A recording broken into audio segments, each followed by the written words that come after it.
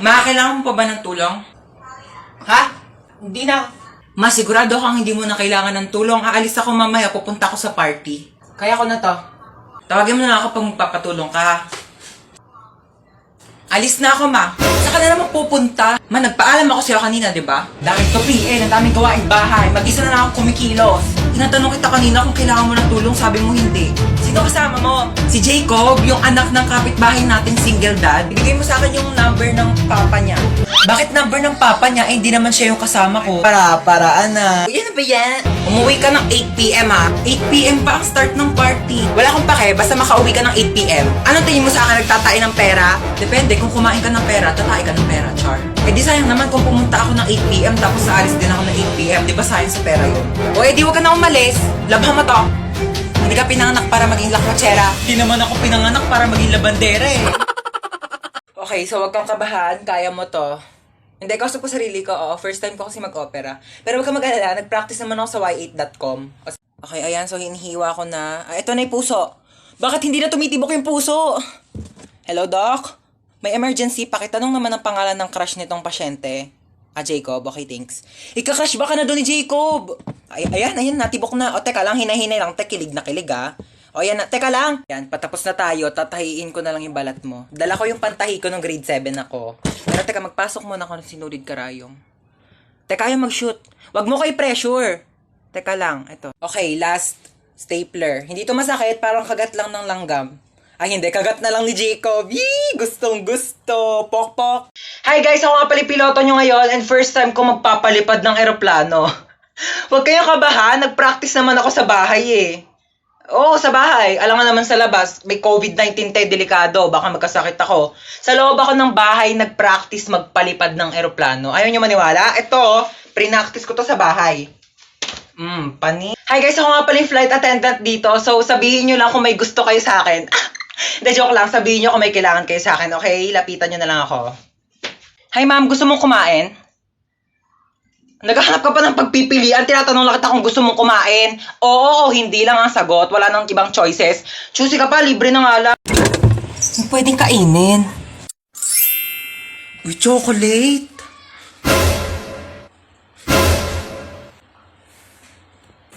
Ginagawa mo dyan? Iinom lang po ng tubig. Apo. Humanda ka sa akin chocolate ka. Kakainin na kita bago ka pakainin ng mga kapatid ko. Dito ka muna, mamamalengke muna ako sa labas. Ulam natin mamaya, ha? Sige po, ma. Kala nyo, ha? Akin na to ngayon. Yes, chocolate. Kala nyo. Sino may batang yun? Luto ko ng gulay. Ayan. Tabang, lagyan ko ng Nor Cubes. Asan yung Nor Cubes? Naglagay ako dito kanina. Nakita mo ba yung Nor Cubes?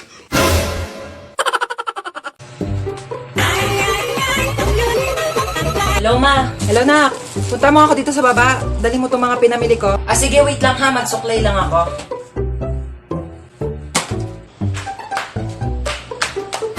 Batang ko talaga.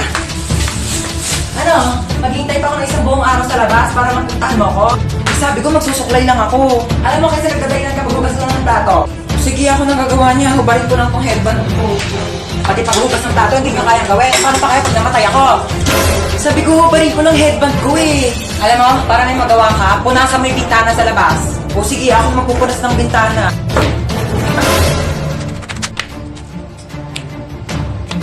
Pati pagpupunas ng bintana, di mo kayang gawin. Maghintay pa ba ako magkusa ka? Uy, happy birthday ulit ha. Grabe na busog ako sa handa nyo. Busog na busog ako sa Shanghai na tinipid sa giniling.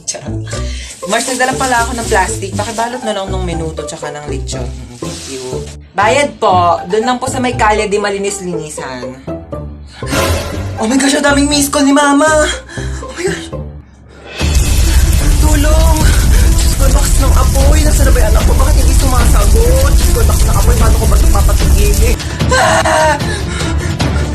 Ma, sumagot ka na. Hello, Ma. Ma, ano nangyayari dyan? Lumaban ka! Lumaban ka! Lumaban ka! Mama, ano nangyayari? Lumaban ka! Ay, andiyan ka pa pala. Oo, nanonood ako ng TV. Ayan, naglalaban-laban sila. Lumaban ka! Ba't ang dami mong miss call, ma? Oo, miss call. Oo, tinatry ko kasi kung gumagana pa yung Andy Colentes na pinaloadan ko dun kila Bebang. Oo, gumagana pa pala. Aray! Ba't naman nananakit? Oo, alam kong kidnap to, kaya nga sumama ako kasi ayoko na sa bahay. Ay! Oh my gosh, bestie, na-kidnap ka din? Oh my God! Lo, bakit nandito ka? Kinidnap nyo rin to? Anong makukuha nyo dyan? Wala namang utak yan. Lo, kala mo siya may atay eh. Inenta mo na nga yung atay mo para makapunta ka sa concert ni Billie Eilish eh. Tapos na nandun ka na, sabi mo, Billy Crawford, I love you! Ano ka, nasa Showtime? Bakit nandyan yung crush ko? Kinidnap nyo rin yan? Anong makukuha nyo dyan? Wala namang puso yan. Hindi yan marunong mag-crush ba? Shh! Huwag nga kayong maingay. Ala, hindi ko pala nadala yung two-piece ko. Baka magpa-pool party. Lo, di ka kasama. Mangingitim yung tubig sa dami ng libag mo. Mag-business na lang tayo doon. Magbenta tayo ng liver aid para healthy yung mga atay bago ibenta ng mga sindikato. Manahimik na kayo kung gusto niyo pang mabuhay. Naku kuya, mamamatay na rin ako sa lakas ng putok ng katabi ko. Magpabango ka nga. Shh! Takas na tayo. Ayoko, baka magising pa yan. Lagot tayo. O sige, maiwan ka dito. Uy, wait lang. Sige na nga. Nakakatakot naman dito. Ang dilim. Nahiya naman yung kilikili mo, te. Mas madilim pa nga dyan eh. Tara na. Hold up to.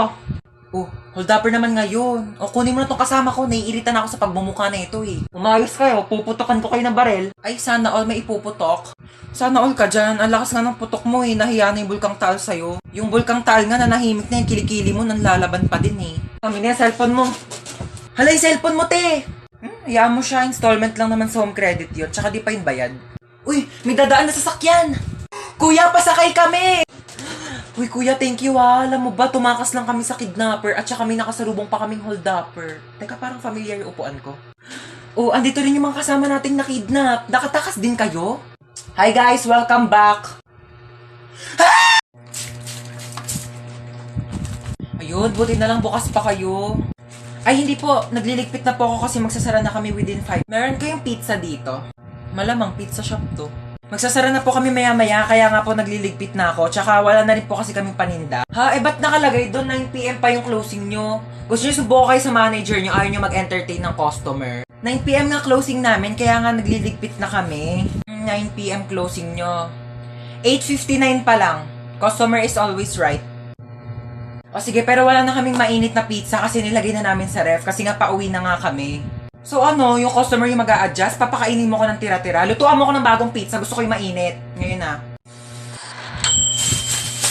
Ito na po yung pizza nyo. Cute. Eh, ba't walang drinks? Di ba matik na yun? Di ba kayo tinuruan ng manager nyo? Siyempre, pag may solid, may liquid. Gusto mo gawin kitang gas para kompleto na solid liquid gas? Papakulan kitang gas na mag-evaporate ka. Hoy, magpaliwanag ka nga sa akin. Tumawag yung teacher mo, nagsi-cellphone ka daw habang nasa klase. Sinong ka-text mo? Seryoso ka? Tinatanong pa ba yan? Ano, magpapalusot ka na naman? Huling-huli ka na nga? Eh malamang text ka ng text sa akin habang nasa school ako, tapos pag di kita re-replyan, tatatarin mo ko ng call. Malamang may karapatan ako i-text yung anak ko para kamustahin yung lagay niya sa school. Hindi pa nga ako nakakaalis ng bahay, nagte-text ka na tapos di pa ako nakakarating ng school, may text ka na agad. Huwag kang lumayo sa usapan, bakit ka nagse-cellphone sa klase? Eh kasi nga nagte-text ka, kaya re-replyan ko. Ganto na lang, di na lang ako magdadala ng cellphone para di na magsabi yung teacher na nagse-cellphone ako sa klase. Di ka magdadala ng cellphone mo, para ano? Para di kita makontak? Tapos ano, magagawa mo na lahat ng gusto mo, magiinuman kayo ng mga kaibigan mo? Sumugot ka! Eh di, magdadala na lang ako ng cellphone, pero wag ka na lang mag-text habang nasa klase ako para di ako sabihan ng teacher na nagse-cellphone sa klase. So ano, tinatanggalan mo na ako ng karapatan maging nanay mo? Hindi na kita pwedeng kontakin, ha? Sinisigawan mo na ako, sinasagot-sagot mo na ako. Ite-text ko na lang sa'yo! Oh, anyari sa'yo? Bakit umiiyak ka? Yung kaibigan ko kasi may bago na siyang kaibigan, pinagpalit niya na ako. Ay nako, kung yung kaibigan mo, may mga bago ng kaibigan, dapat ikaw din, may makilala ka ng mga bagong kaibigan. Ito, may papakita ko sa'yo. Talaga? Sige, patingin nga ako niyan. Oh, wait. Ito. Yan yung Lit Match. Bagong app to na trending ngayon. Magpunta ka lang ng Play Store and then i-search mo ang kanilang app na Lit Match and then i-install mo na yan at kapag na-download na, i-open mo at ayan na kanilang logo. Pwede ka mag-login through Facebook, Gmail, or mobile number and just input your nickname, your birthday, and then your gender and click done. Pwede kang pumili ng age na gusto mong makachat and then sobrang daming cute na avatars na pwede mong pagpilian. And then, i-accept mo lang ang community rules and then yan, sobrang daming tao and pwede mo silang i-chat at i-match. Ayan, kamustahin mo mo sila. Hala, parang ang saya nga. Sige, try natin. Mag-download na tayo. O diba, sobrang saya. O, ang dami mo nang naging kaibigan. O ikaw, gusto mo rin ba makakilala ng mga bago pang kaibigan? Ako, mag-download ka na rin ng Lead Match ngayon na. Hoy, aalis ulit ako ha. Bantayan mo tong bunso mong kapatid. Ina nga, aalis ka na naman eh. Isama mo na yung isa, ayoko yung kasama dito. Talagang sasama ko kay mama kasi ayaw kitang kasama. Buti naman.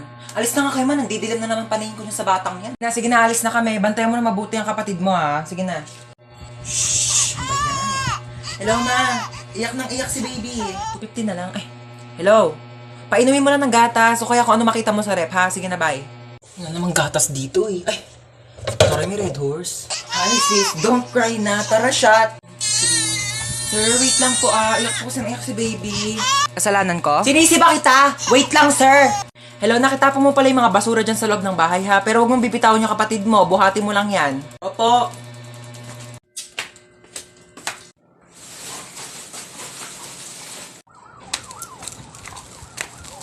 Okay na ma. Ah, shit. Nak, alas 4 na. May pasok ka pa ng alas 6. Bangon ka na dyan. Mami, 5 minutes pa po. 5 minutes. Okay, sabihin mo lang kung masama yung pakiramdam mo. Pwede naman kitang hindi mo napapasukan sa school, ha? No, Mommy, I'm fine. Okay lang ako. Inaantok lang talaga ako. Sige, bangon ka na dyan. Bumangon ka na. Alas 4 na! Aray! Wait lang. 5 minutes pa. 5 minutes mo na yan. Pag di ka bumaba, huwag ka na mag-aral, huwag ka na pumasok. Magtambay ka na lang. Oo na nga, ma. Yung talaga batang hindi pa rin talaga bumababa. Batang to, lagpas 5 minutes na ba't di ka pa bumababa? Saan batang yun? Batang yun.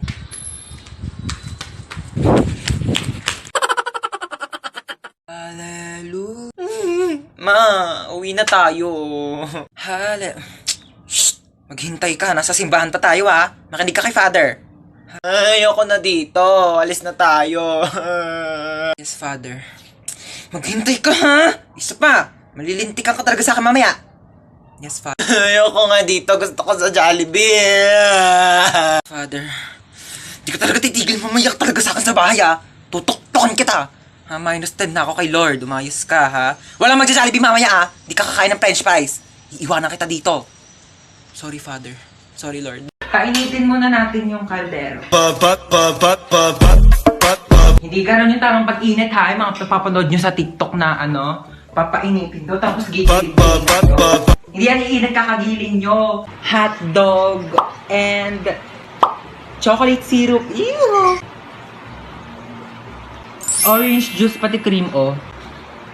Oh no, oh no, oh no, no, no, no, no. Fried chicken tsaka Coke. Eee! Pansit Canton, ketchup. Oh. Ay!